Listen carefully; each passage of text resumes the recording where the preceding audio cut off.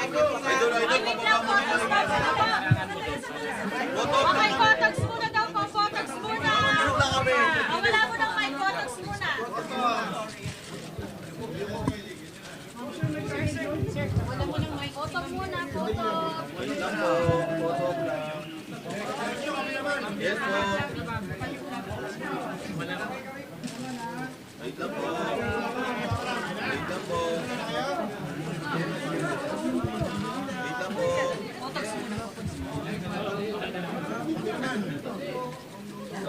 Okay, wait lang. Wait lang, wag muna po mic. Camera muna yung TV camera. Camera muna. TV naman.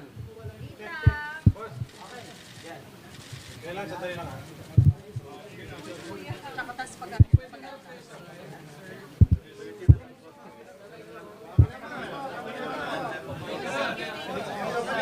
TVs naman po, bago yung mic. TVs naman po.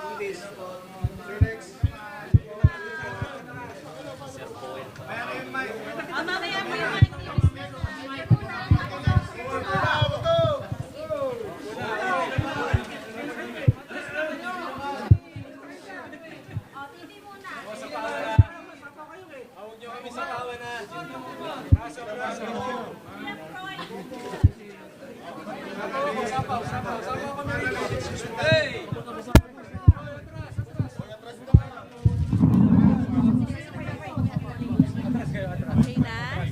Okay, mic naman. Mic naman. Vloggers. Aray ko po, ya.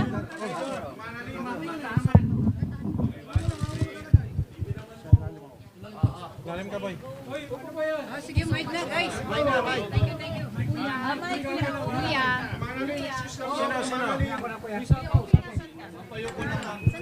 Ma'am, excuse naman.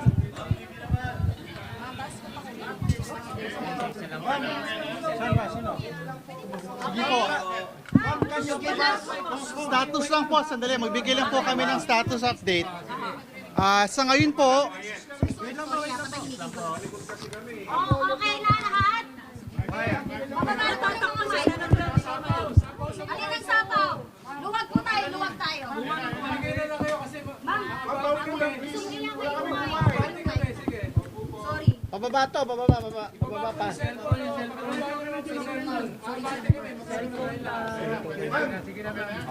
Ayan, start.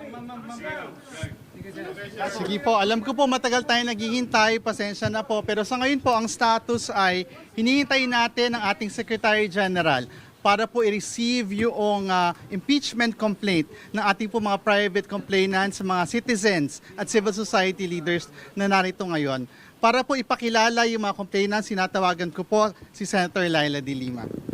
Okay. Ito pong complaint for impeachment ay pinirmahan ng 17 complainants. Ang mga galing sa civil society organizations, galing din sa religious sector, galing din sa ibang grupo.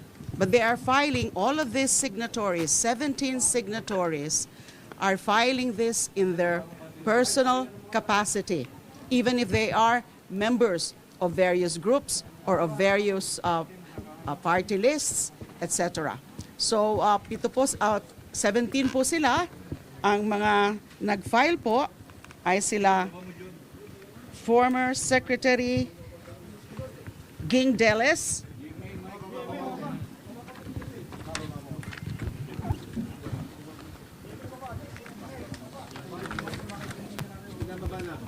former Secretary Ging Deles, Father Flaviano Villanueva, SVD, Gary Alejano of the Magdalo, and Alice Murphy as the Urban Poor Group,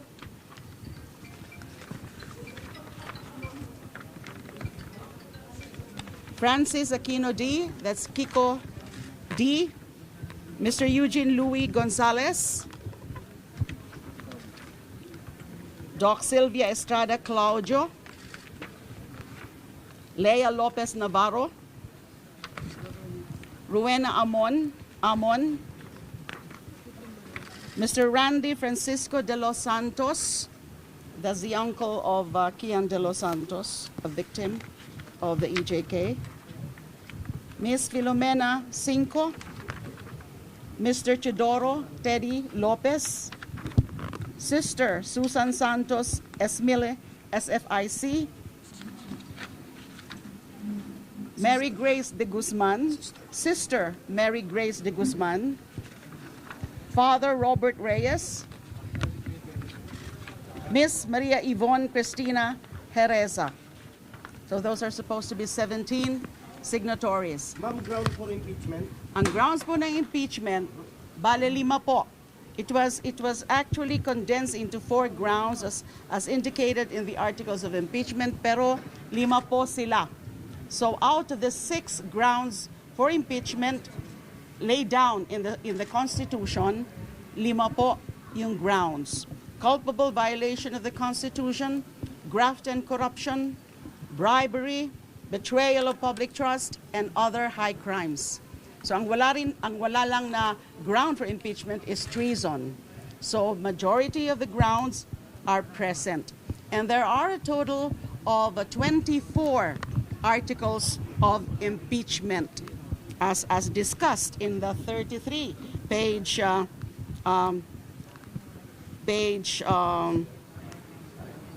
complaint. So among the articles po are the misuse, the failure to account, the intel and confidential funds of both the Office of the Vice President and also of the Department of Education. And nandyan din po yung grounds like yung kanyang mga threats, yung kanyang mga rants during the press con in October 18 and the second one in November 2024. Because these are very unbecoming and these are actually betrayal of public trust because these are also high crimes, yung kanyang mga threats doon sa latest na mga rant niya o kanyang mga meltdown.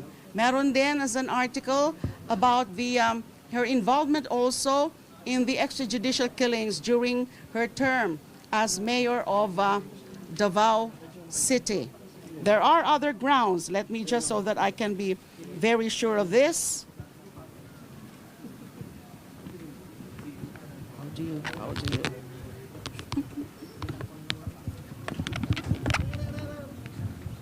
I'll just read from the complaint.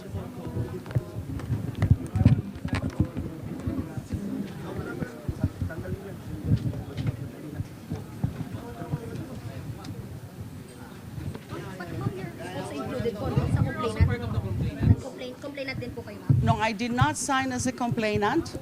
I'm supporting this move, and at the same time, I was designated by the group as a spokesperson. But there are actually two signatories who are part of the ML, or Mamamayang Liberal, in the same manner that there is a signatory part of Magdalo and a signatory part of Akbayan. And the endorser is Congressman Percy of Akbayan. Based on your information, where is the Secretary General? O for sure ba, i-receive ngayon ng Office of the Secretary General yung impeachment complaint? Opo, yun po ang ano namin. Pinapahintay nga po kami. Kasi I think he's attending to another official duty of his. So his staff told us to just wait for him. So this will definitely be filed today. And then, you know, that another article is the respondent left DepEd with nearly 7 billion pesos in unliquidated cash advances. Isa po yun sa mga articles. And then there's the rigged bidding of laptops and other electronic devices during respondent's time as DepEd secretary. And then they were also respondent and members of her family engaged also in bribery and or in the unexplained receipt of hundreds of millions of funds from known drug personalities. And then we also cited, the complainants also cited as among the articles of impeachment, the respondents' acts of coddling defending and otherwise acting as an enabler of Pastor Apollo Kibuloy. So we will be filing this, and it's good that the section is here already. How do you feel lang? Kasi si President Bongbong Marcos has already sent a message to home. Alam nyo, eto, Wait lang, Chad, isang tanong may lang. isang tanong.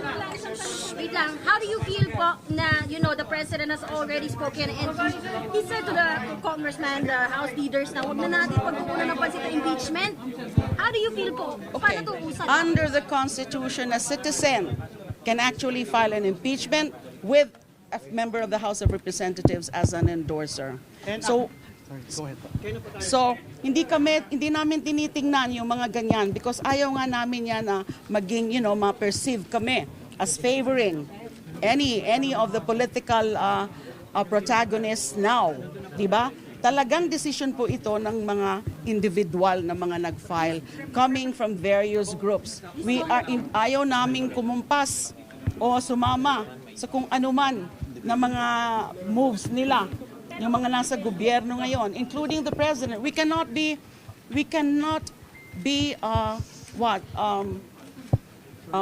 affected by the desire to really make the vice president accountable, because that is in fact recognized by the Constitution. Kailangan mangibabaw ang batas, mangibabaw ang saligang batas.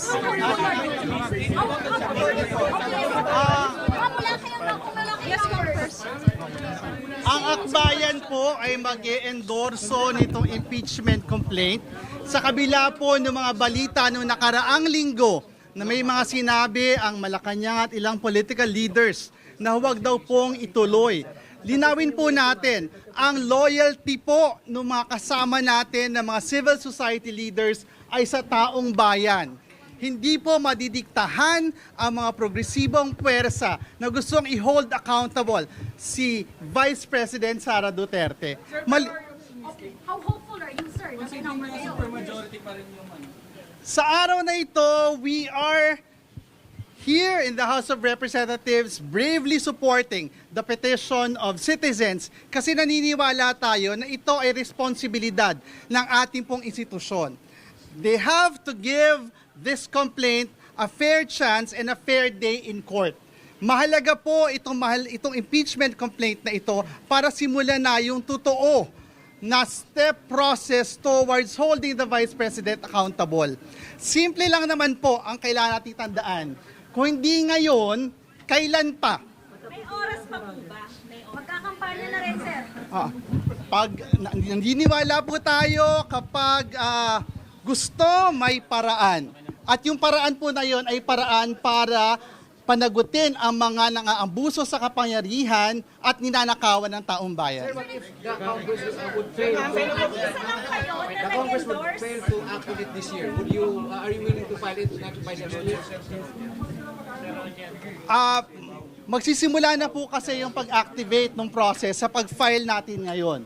No? And Congress will have to go through the process of referring it to the responsible committee, the Committee on Justice. As to the timeline, we leave it to the leadership of Congress. Pero kalakip nito yung reminder that we are duty-bound in this House of Representatives to give this complaint a fair day in court. But sir, it's a numbers game pa rin. Yung mga endorser? Numbers game pa rin kasi siya. Ano yung numbers niyo? May numero ba kayo, sir? Naniniwala tayo na matindi yung merits ng ating impeachment complaint. At naniniwala din tayo dito sa mga kasama natin sa Kongreso, pag nakita nila na malakas itong ating complaint, malakas itong kasong ito, they will support it. I leave it at that muna po. Balik mo na.